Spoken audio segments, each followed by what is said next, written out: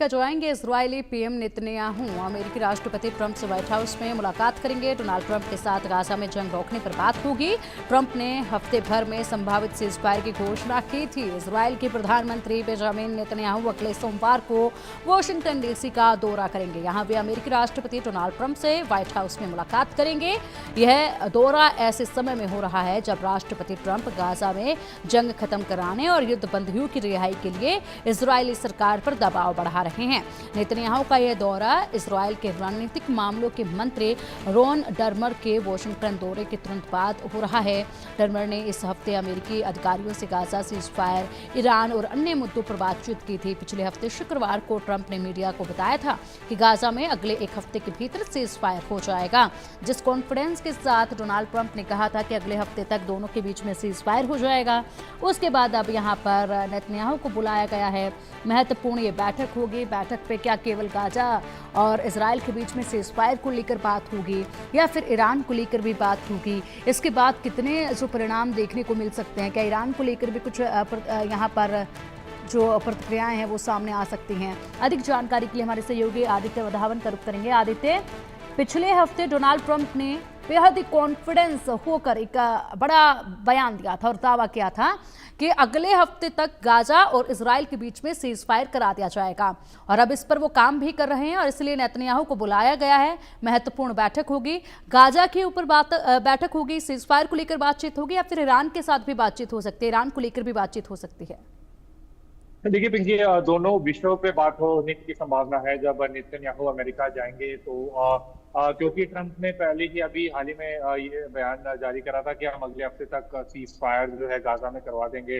वहां पे गाजा के किस तरीके से गाजा से इजरायली फोर्सेस जो है विड्रॉ करेंगी उस पर चर्चा हो सकती है। और फिर ऐसा अभी अभी अभी हमने हाल ही में देखा कि एक यूएस आर्मी का एक ड्रोन जो है पर्शियन गल्फ के अराउंड सर्वेलेंस के लिए भेजा गया है।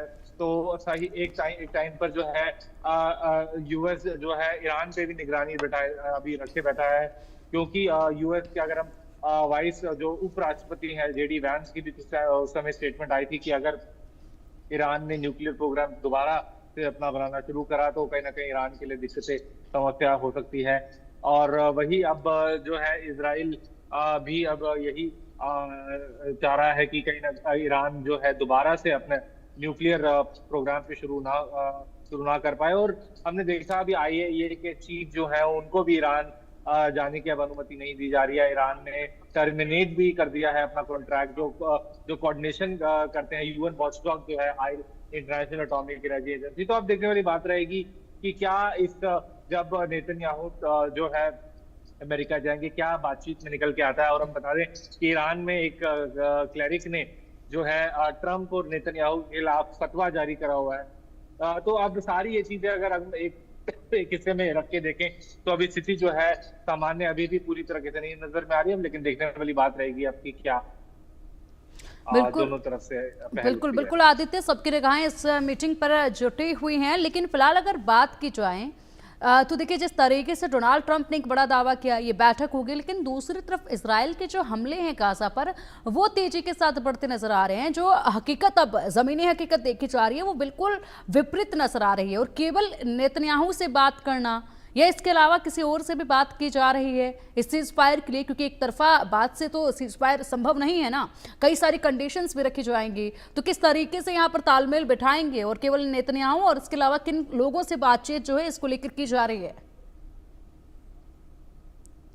जी भी अगर आप देखेंगे तो अभी काफी इजराइल ने जो है गाजा में अपने हमले पूरे शुरू कर दिए हैं दोबारा से। और दोबारा से आए दिन हम देख रहे हैं कि इजराइल अपने हमले तेज करता जा रहा है। और अभी हाल ही में कुछ कल रिपोर्ट कुछ ऐसा भी आया कि जो यूके का हाई कोर्ट है उसने भी यूके को इजाजत दी कि जो F-35 एयरक्राफ्ट के पार्ट्स जो यूके सप्लाई करता है वो इजराइल को करता रहे।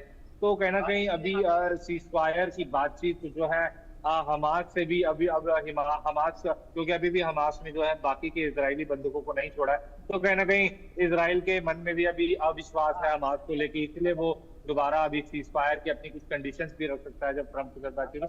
मगर अब देखने वाली बात रहेगी कि कैसे जो बातचीत होगी ट्रंप और नेतन्याहू के बीच में कैसी किस दिशा में लेके जाती है पूरे सिचुएशन।